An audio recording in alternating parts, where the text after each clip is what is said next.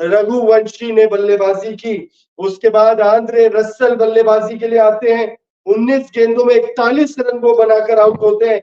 4 चौके और 3 छक्के उन्होंने अपनी इस 41 रनों की पारी में लगाया है। 215 से ऊपर का स्ट्राइक रेट आंद्रे रसल के बल्ले से हमें देखने को मिला।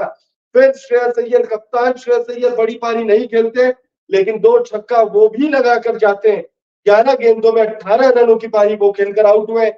2 छक्का उन्होंने अपनी इस 18 रनों की पारी में लगाया। रिंकू सिंह 8 गेंदों में 26 रन बनाकर आउट हुए। 3 सिक्स और 1 चौका उन्होंने अपनी इस पारी में लगाया। 325 की स्ट्राइक रेट से रिंकू सिंह आउट नहीं होते, निश्चित तौर पर 277 रनों का जो वो रिकॉर्ड है एसआरएच का, वो टूट गया होता। वेंकटेश अय्यर 5 रन बनाकर वो नाबाद लौटे। रमनदीप सिंह 2 रन बनाकर आउट हुए।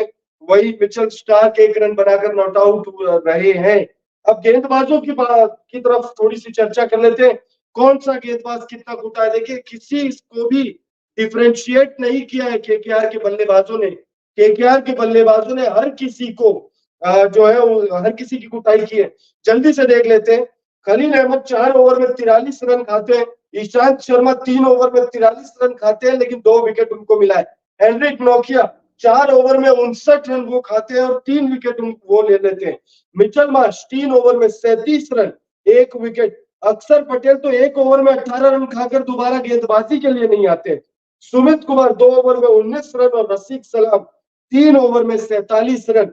अब दिल्ली कैपिटल्स को केकेआर की टीम ने जीत के लिए दिया है 273 रनों का लक्ष्य। इस मुकाबले को जीतने के लिए वाइसैक का ये जो मैदान है, ये मैदान दिल्ली कैपिटल्स का सेकंड होम ग्राउंड है। इस मैदान पर क्या दिल्ली कैपिटल्स की टीम चेस कर पाएगी? अगर चेस करती है तो ये किसी मिरेकल से कम नहीं होगा, क्योंकि आईपीएल के इतिहास का ये दूसरा सबसे बड़ा टोटल है। पहले नंबर पर इसी साल एसआरएच वर्सेस एमआई मुकाबले में हमने देखा था, एसआरएच ने 277 रन कूट दिए थे और इस मुकाबले में केकेआर ने लगा दिए हैं 272 रन। तो 272 रन केकेआर ने लगा दिया। और ये जो मुकाबला है दिल्ली कैपिटल्स, माफी चाहेंगे कि थोड़ी सी टेक्निकल ग्लिच हो गई थी। तो 273 रनों का जो टारगेट है दिल्ली कैपिटल्स को, अब इस मुकाबले को जीतने के लिए दिल्ली कैपिटल्स के तमाम जो बल्लेबाज हैं उनको अच्छी बल्लेबाजी करनी होगी। शुरुआत से ही अच्छी बल्लेबाजी करनी होगी, चाहे फिर वो डेविड वार्नर हो, पृथ्वी शॉ हो, ऋषभ पंत हो। तमाम जो बल्लेबाज है उन्हें शानदार बल्लेबाजी करनी होगी। ऋषभ पंत से बहुत ज्यादा उम्मीदें होंगी इस मुकाबले में। देखिए, दिल्ली कैपिटल्स की तरफ से कुछ चूकें भी हुई। देखिए, डेविड वार्नर ने फिलिप सॉल्ट का कैच छोड़ा था, हालांकि उसकी भरपाई अगली ही गेंद पर पूरी कर ली गई थी, लेकिन फिर ऋषभ पंत से एक बहुत भारी चूक हुई थी। सुनील नारायण जो है वो आउट हो रहे थे, एज लगा था, लेकिन उन्होंने एलबी क्या कहते हैं अपना डीआरएस लिया नहीं। ऋषभ पंत ने डीआरएस की मांग नहीं की, इस वजह से सुनील नारायण को जीवनदान मिला। और फिर हमने देखा करके कि सुनील नारायण ने क्या तबाही मचाई है इस मुकाबले में। फिलहाल दिल्ली कैपिटल्स को इस मुकाबले को जीतने के लिए 273 रनों का टारगेट है और इस मुकाबले को जीतने के लिए दिल्ली कैपिटल्स को बहुत ही शानदार बल्लेबाजी करनी होगी। औसत दर्जे की बल्लेबाजी से इस मुकाबले में जीत जो है वो हासिल नहीं हो पाएगी दिल्ली कैपिटल्स को।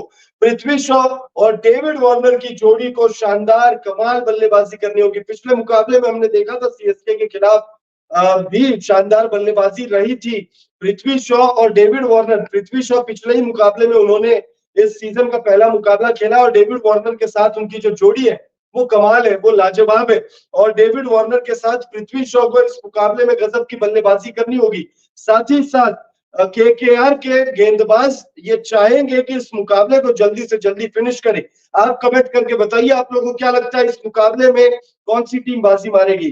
क्या श्रेयस अय्यर की टीम केकेआर इस मुकाबले में जीत हासिल करेगी या फिर दिल्ली कैपिटल्स की टीम इस मुकाबले में जीत हासिल करती है? हम लगातार आपके बीच जो है बने रहेंगे। पोस्ट मैच में भी हम आपसे बातचीत करने के लिए आएंगे।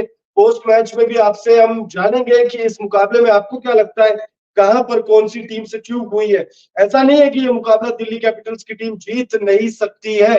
हमने देखा था मुंबई इंडियंस वाला जो मैच था, उस मुकाबले में मुंबई इंडियंस बहुत ज्यादा करीब गई थी।